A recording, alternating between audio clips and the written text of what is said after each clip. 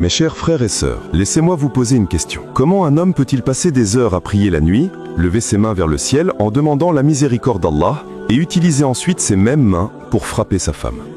Comment un cœur qui prétend aimer Allah peut-il supporter les larmes de celle qu'il devait protéger? Regardons notre réalité. Des foyers se transforment en prison, des maisons se transforment en champs de bataille, des épouses pleurent en silence, des mères se taisent pour protéger leurs enfants, et certaines finissent par mourir sous les coups de celui qui devait être leur refuge.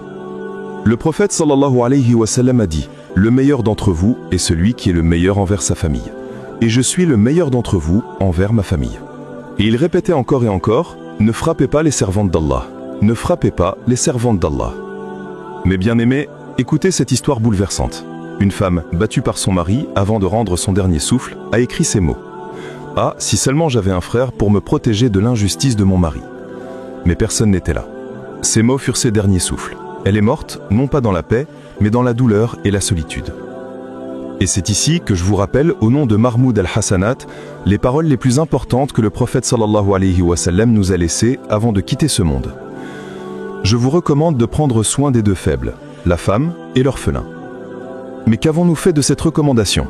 Où est passée la douceur du prophète sallallahu alayhi wa sallam dans nos foyers? Où est passée sa miséricorde, lui qui n'a jamais levé la main ni sur une femme, ni sur un enfant, ni sur un serviteur? Regardez-vous bien mes frères, lorsque tu lèves la main sur ton épouse, as-tu oublié qu'elle est la fille de quelqu'un? Qu'elle pourrait être ta propre sœur? Qu'elle est la mère de tes enfants? Comment veux-tu que tes filles grandissent dans un foyer où leur mère est humiliée? Comment veux-tu que ton fils devienne un homme digne quand il voit son père frapper celle qu'il devait honorer? Le prophète sallallahu alayhi wa sallam nous a enseigné que la femme est un dépôt entre nos mains. Elle n'est pas une prisonnière, elle n'est pas un objet.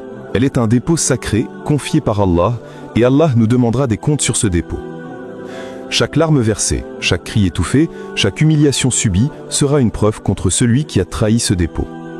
Mes chers frères et sœurs, écoutez bien ces exemples. Un homme prie la nuit, jeûne le jour, donne en aumône. Mais en rentrant chez lui, il humilie sa femme. Penses-tu vraiment que sa prière le sauvera alors que ses mains ont blessé celle qu'il devait aimer? Une femme cache ses bleus, cache ses cicatrices et sourit aux gens pour protéger l'honneur de son mari. Mais le jour du jugement, ses larmes parleront. Son sang témoignera. Mes frères, craignons Allah. Craignons Allah dans nos foyers. Craignons Allah dans nos mariages. Craignons Allah envers nos sœurs, nos filles et nos mères. La violence n'est pas une preuve de force. C'est une preuve de faiblesse.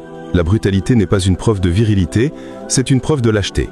Le prophète sallallahu alayhi wa sallam était le plus fort des hommes, mais il n'a jamais levé la main sur une femme. Sa force résidait dans sa patience, dans sa douceur, dans son pardon.